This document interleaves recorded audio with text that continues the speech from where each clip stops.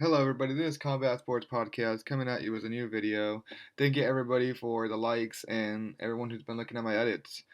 Thank you for the support, and let's get right into it. Today, we're going to start off with some talk about the UFC 317 fight card. Topuria versus Oliveira. That's going to be a good card. The whole card's going to be great.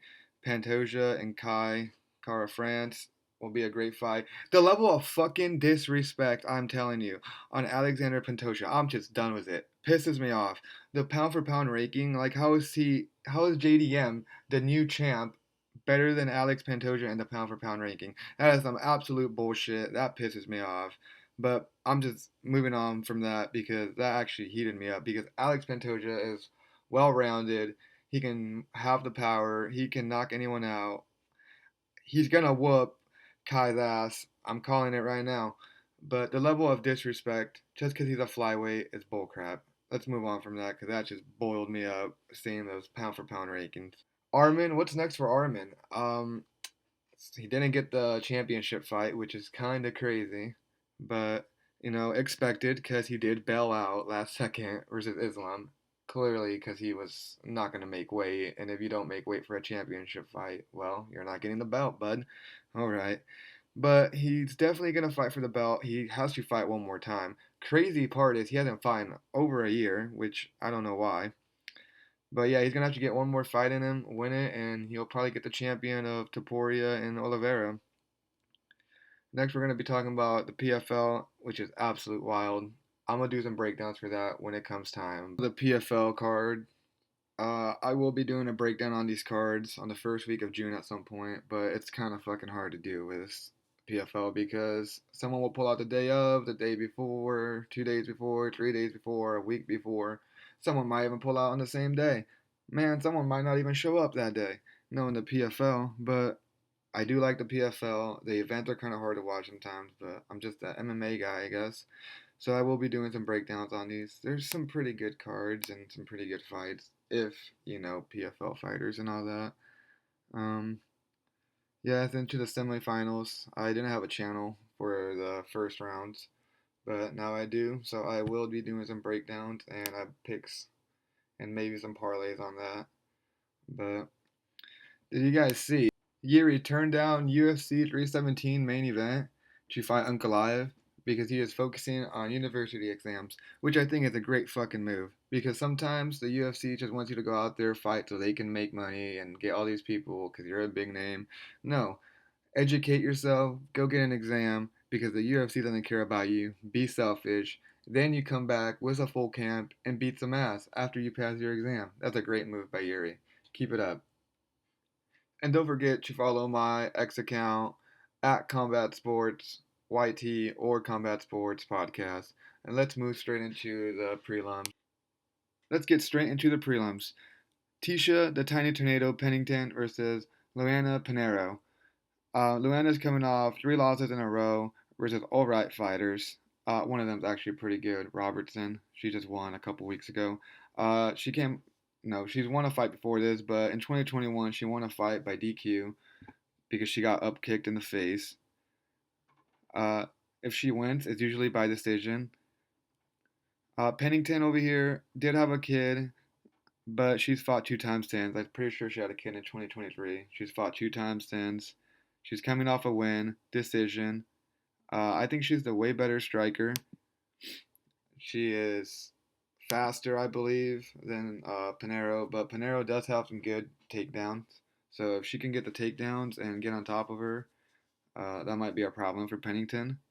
Her defense is alright for grappling, but I personally think that the experience she's been fighting since 2014, 2015, I personally think Tisha's going to win by a decision.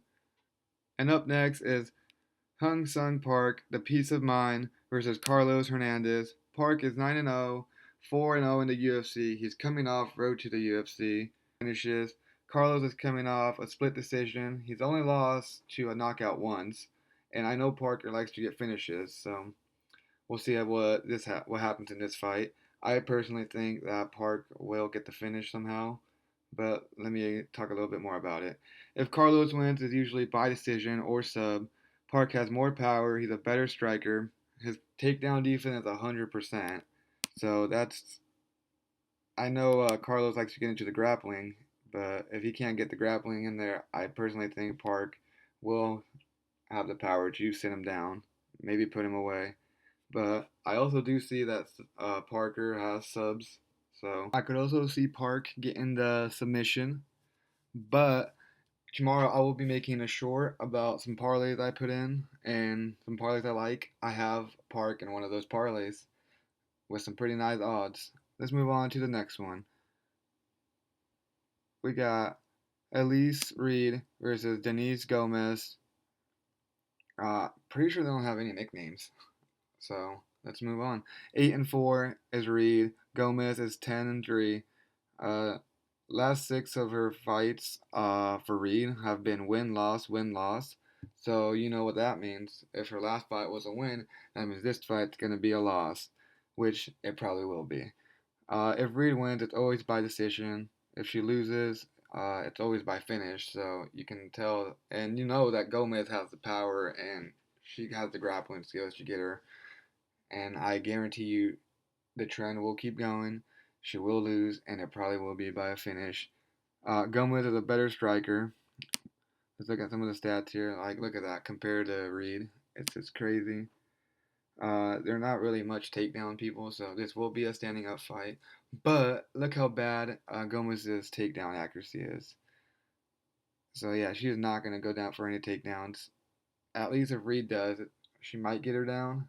Her defense also isn't the best, but yeah, this looks like Gomez is probably gonna knock her out. I'm saying knockout. It will get finished probably, but let's move on to the next one. And next we got Luann Santos versus Tirana Thai Panther Lisboa. Um, the odds are pretty close on this one. At first, I had the Thai Panther winning this, but then I was doing my little research on it, and I'm switching over to Santos, and here's why. Santos' last loss, but was on a 5 win streak before that. But was on 2-0 win streak in the UFC, 5 win streak overall. She lost to Norma Dumont actually in like 2016, which was a long time ago. That wasn't her last loss, but I just think that's a cool fact. Santos is faster, and she has good takedowns. They're pretty similar grappling game, I'm pretty sure. I didn't really look at any videos of these people, so I know that this will go to a decision most likely because I have Santos winning. I know Lisboa has never gotten a decision, but I do not see her being able to finish Santos. She's slower by the looks of it, and her grappling might be a little bit better, but it's probably about the same. I would say that's her only better thing, I would say, is her takedown. Um, but I got Santos winning this by decision. I'm not sure what the odds are on that. Like I said, tomorrow I will be posting some parlays up and maybe a round robin or something. And hopefully we win some big money, boys. To the next one. Next is Yadir de la Villa, the Cuban Problem versus Connor Bad News Matthews. Yadir is 8-0, but on here it says that he's 1-0. I'm not sure why.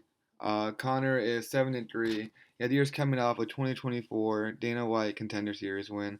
He's 8-0, 4 decisions and 4 finishes. His last win was a decision in the Dana White Contender Series. Let's move over see if we can see his what's it called? His full stuff over here on ESPN. Oh yep, okay. Oh, kinda. Oh, yeah, yeah. It's way more stats. All right. Connor is off the Dana White Contender too. 2023 though. He's 2 losses in a row by knockout. I can see Yadir getting this done by knockout because he is better than him at standing and on the ground.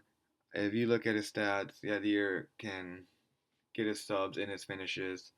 Um, I think Yadir's gonna win this inside the distance. Not sure by what, because he is dangerous on the ground and he is dangerous standing up. The fact that Connor has gotten knocked out 2 times in a row, I don't really see anything surprising on Connor's side. Look at this. The accuracy, just everything. Except for the takedown average, but I'm pretty sure yeah, Deere has good takedown defense. But yeah, nothing I see points me towards Connor. I think this is like a lock of the day, but I bet the odds are so bad on this. Like, yeah, this has to be some terrible odds for Matthew. I'm not sure what they are, but I got Deere winning under the over, whatever it is, on the rounds. So inside the distance, he will get this done. Let's see if there's anything that really surprises. Wait, look, all his stats are on here. Heck yeah. All right. But yeah, no. Uh, yeah, this looks like a terrible matchup for Connor. Uh, if I was to make Yadir's odds a little sweeter, I would just do him finishing inside the distance. If you want to do it even sweeter, do knockout or submission, whatever you feel like. Next, we're going to be moving on to Jared Flash Gordon versus Thiago Santos. Jared is 27 and he has one no contest, and Thiago is 19 and 8. Jared's coming off a split decision lost, which was a banger fight. Was it last year or a couple months ago? I forgot when it was, but it was his last fight. It was amazing. He could have won it and he could have lost it. It was a pretty hard decision. I'm pretty sure I had him winning on a bet and he lost it for me. Oh man, that's the worst. But he landed 141 strikes last fight, which it's crazy. If you guys want to go back and watch the fight, that's really good. Go watch Gordon versus Nazareth. Diago's coming off a unanimous decision win. He's well rounded, has nice power, but I just personally think that Thiago Santos' kryptonite is getting pressured, and I think Flash is gonna put the pressure on him and gonna get the finish. But the only thing I can see Thiago Santos is getting his grappling in there and maybe even getting a submission. The odds are pretty even. This is like a pick 'em fight. This should be a really good fight. It's probably gonna go to decision unless Thiago Thiago Moses somehow gets a submission on Gordon. But I know Gordon isn't gonna get a knockout because let's see how many knockouts. Oh, he has decent knockouts in there, but I'm pretty sure he hasn't got one in a while. He is quick, so he will put some pressure on him. I say this is gonna go Gordon by decision. And next up is Gabe Gifted Green versus Matthias Jaguar Camelo. Green is coming off a loss. He is hasn't fought since 2023. His two last fights though were against Ian Gary and Brian Battle. So you tell me what that means. You know, he's been fighting some beast. Uh, Jaguar is coming off to his first UFC debut, but he is 9-2. He has 6 win streak. He is on a 6 fight win streak. I mean, sorry about that. He has two losses. He has two losses though that are two subs. Pretty early in his career, 6 finishes. I know that Green has a couple subs. I'm pretty sure it's like 6 or 7. Let's see if we can go find out without my computer crashing. Let's go. Green. Yeah, it says that he doesn't like to do much takedown, but from what I saw, he does have a couple submission finishes. Yeah, 6 submission finishes. So I personally think that he sees what he can do here in this fight. I know the debut for Camelo is gonna be crazy. Like I don't know, just first UFC fight coming in here. Like it's a different environment compared to all the other organizations. Like everyone talks about it, like the UFC debut. I personally think that Gabe Green is gonna come out here and maybe that couple years off is gonna help, and he's gonna get a submission finish. I'm calling it right now. Tomorrow, like I said on my short, I got a nice parlay about this. Gabe Green by submission. I'm calling it. Let's move on to the main card. First, we got Julian Erosa, Juicy J, I love that nickname, versus Manquezel Costa, Milk County. I'm just going to call him Costa. Both of these people, experience, love it. This is going to be a veteran fight right here. Julian It's coming off a fight literally a month ago, which is bizarre to me. He did whoop, who was it, Elkins? Oh my god, he hit him with a nasty heel while he was on the ground. Dude was wobbly the whole time. He barely took any damage. But coming in 1 month, you don't even get a training camp really. But let's see my thoughts here. Juicy J fought 1 month ago, won three by finish. He's won three in a row, I'm pretty sure. Likes to get the job done. He barely goes a decision. Kostas won his last three. He likes the submission. I'm pretty sure it's a guillotine he's really good at. Ooh, he always likes to throw in that guillotine. He has way better ground game, I think, than Erosa. Erosa's ground game isn't terrible, but I just think that Kostas' ground game is way better. Bo's been fighting for 10 plus years. But I personally think this one, Julian's going to win. I don't care if it's 1 month's notice. He's just way faster. Um, I think that he's on fire right now. He's hot. He took this for a reason. And he's doing the UFC a real big favor here. So either way, he wins or loses, he goes out there, puts a good fight. The UFC is going to make up for it. I got Rosas winning. Erosa's winning this one. I don't know what it will be by. It might even go to a decision, but I can see him getting the finish. If Costa wins, it's gonna be by submission. That's for sure. Milk County, baby. But no, I got Juicy J winning this one. Let's move on to the next. And next we got Dustin Stolfis versus Nursulon Black Rusibus. However you say his last name. I'm gonna call him Black. Um, this one is going to be a good fight. I think this is a terrible matchup for Dustin. But Dustin is 16-6. He's won his last fight by knockout, nasty, versus Mark Andres, which just fought last week, and he got a nasty knockout. So look at that. If he can get the takedown, it might be a problem, which that's what he's gonna do. I know he's gonna go for the takedowns. Is he gonna get him? I don't know. I don't think so because I know Nursulon has a really good takedown. I'm pretty sure he's never been taken down in the UFC, at least from what I know of. Um, he does have some power in his hands. Dustin does, so maybe he can catch him, clip him one time, and knock him down. Because I know Black Nursulon is can get rowdy sometimes. He can get pretty rough out there and start throwing haymakers and stuff. So maybe Dustin can catch him. I don't think that will happen. But Nursulon is coming off a knockout win. He did lose to Buckley before that. And then before that, he was on a long win streak. He was on a killer win streak. People thought he was going to be like a champion at some point, but Buckley clearly came in there, stopped that quick. He is way taller than Dustin. I'm not sure what. I want to say Dustin is. I don't know if I can find him. Pretty sure Dustin's 6 foot, and what's his name? Nursulon is like 6'5", so he's just way taller. That means he's probably way longer.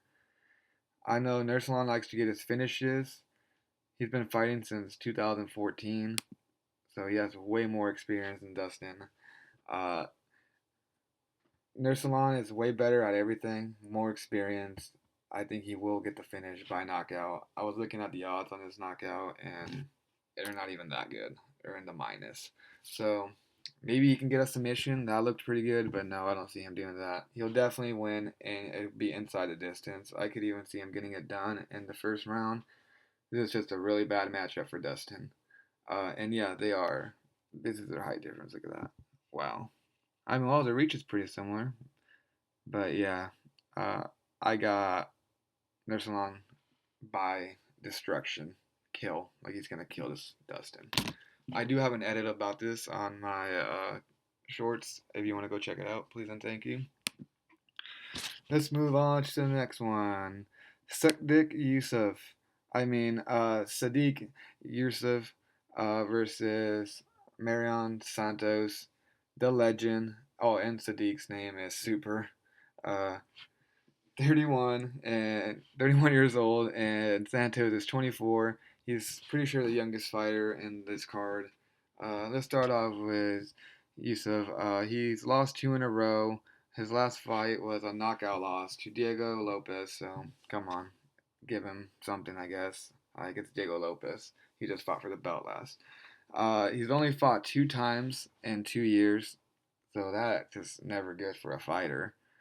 The last time he fought 2 times was in 2022, and I'm pretty sure he did win those fights. I'm not 100% sure. Let's go check. But yeah, he's not really that active. If he was a little bit more active, I could see him winning this fight. I just don't see why he's not fighting much. He doesn't like to fight, I guess, or he just likes to take his time. But yeah, look at that. So if he's active, he gets wins. So stay active, Sadiq. Um, but I think this is gonna be a striking battle. I think Santos is gonna pull this off. He's the better striker, I want to say. But I could see this going to a decision, which is most likely because I know Sadiq barely gets knocked out. He did get knocked out against Lopez, but it's Lopez. Other than that, he's only been knocked out one more time, once before that.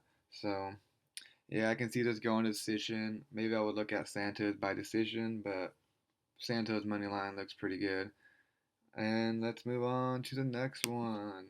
We got Rodolfo Trader Beltor versus Paul Bearjew Craig. All right. This one is going to be, it can either be a good fight or it can be a boring fight. But I was going to start off with Rodolfo 12-2-1. His last fight was a draw against Jimmy Cute or something like that, which was a really great fight. People can say that he lost, people can say that he won, but what I got from this is that Rodolfo has a heart on him. He has heart because he could have got knocked out a few times on the other fight. Somehow came back on that fight to make it a draw. They didn't come back enough to win it, but make it a draw. So that just shows that he has heart. Other than that, he has 4 wins in a row. He has great power, and from the last fight, he has an amazing chin on him because that dude did not get knocked out. He has some good defense, takedown defense, I'm pretty sure.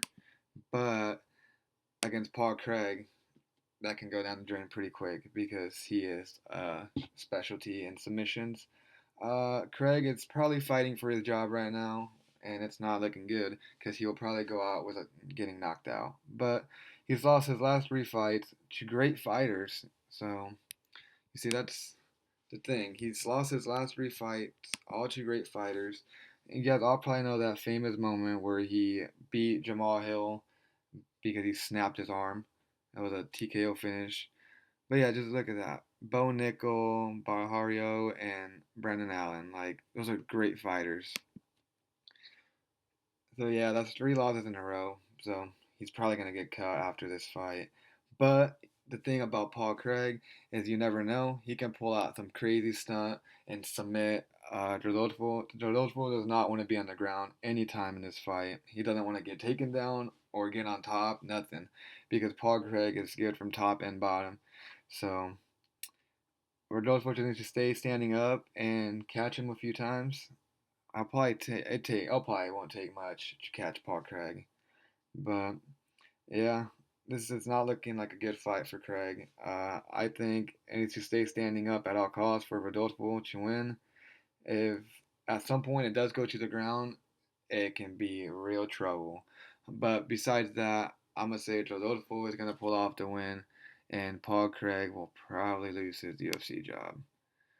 All right, and now we move on to the main event. Gilbert Dorino, however you say his name, Burns. He is a big old underdog, and I don't understand why. We will talk about this, but his opponent is Michael Morales, beast, 17-0. Does not have a nickname, but here's his nickname. It's gonna be Michael Miracle Morales. He's 17-0, super young, but not the youngest, I don't think, because the guy fighting Sadiq is younger. He's not that fast, but dang, that man has power. He has 12 knockouts or TKOs. He's a beast. He likes to get the job done, literally. But let's go on to Burns, 22-8. Just the record is crazy. His last 3 fights, he's lost. Okay, but I don't give a fuck who says what, who says who.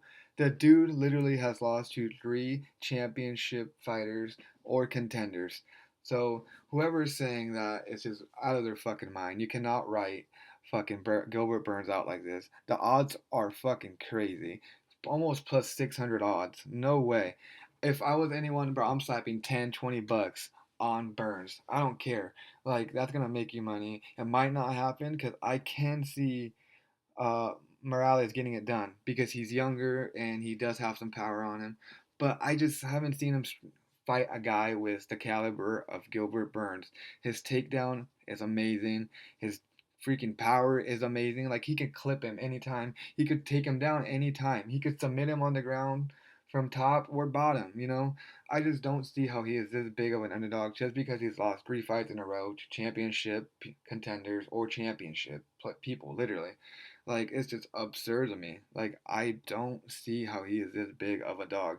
I think Gilbert Burns has to go out there and make Morales respect his power. And then once he gets that going, he can go in for the takedown. And I don't know how Morales is going to be from the bottom. Fuck it. I say Burns wins because of the experience. I'm slapping the house on Burns. No, I'm just kidding. Do not slap the house on Burns. But slap a few bucks because there's always a chance that Burns can get it done. He's due for one. He's not versing a championship contender right now, anywhere close. Yeah, he's 17-0, but the level that Burns has fought and who he's fought, it's just I don't understand the odds. I'm dumbfounded. The level of disrespect, as Gilbert Burns would say, the level of disrespect, bro. Show Me the Money podcast, amazing. I love that podcast, but like, yeah, just he lost to Bilal Muhammad, was the championship last weekend, literally, and then lost to JDM, which was the new championship last weekend. So boom, and then Sean Brady, which is literally the guy that's coming up for the championship, probably top 2 contender, top 3. So yeah, come on, give it to me, Burns all day. But this is coming to the end here. Let's go through the whole card and see all my picks here. First one, I got Tisha winning this, the Tiny Tornado. I'll probably most likely by decision. I got Park, the Peace of Mind winning this. I could see a really good prop for a knockout, or at least getting it done inside the distance. But I got Park winning this. I got Gomez winning this inside the distance, maybe, if not by decision, but she should just whoop Reed. I got Santos winning this, mostly by decision, probably. If Bosa gets her down or anything, I can see her winning or something. But this one was one where I changed my mind after doing a little bit of research. I got Santos winning, and then I got Yadir winning.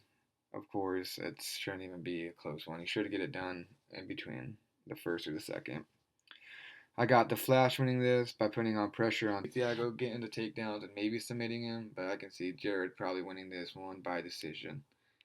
I got Gabe Green on this one against Camelo Matias because just his debut, I don't know how he's going to do with all the lights and the UFC, the media. It's a big place. And he's going right into the prelim main event, so it's going to be big a big moment for him.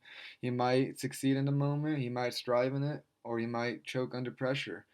Let's see what happens. I got Green, and I got pretty good props on this. Green by submission.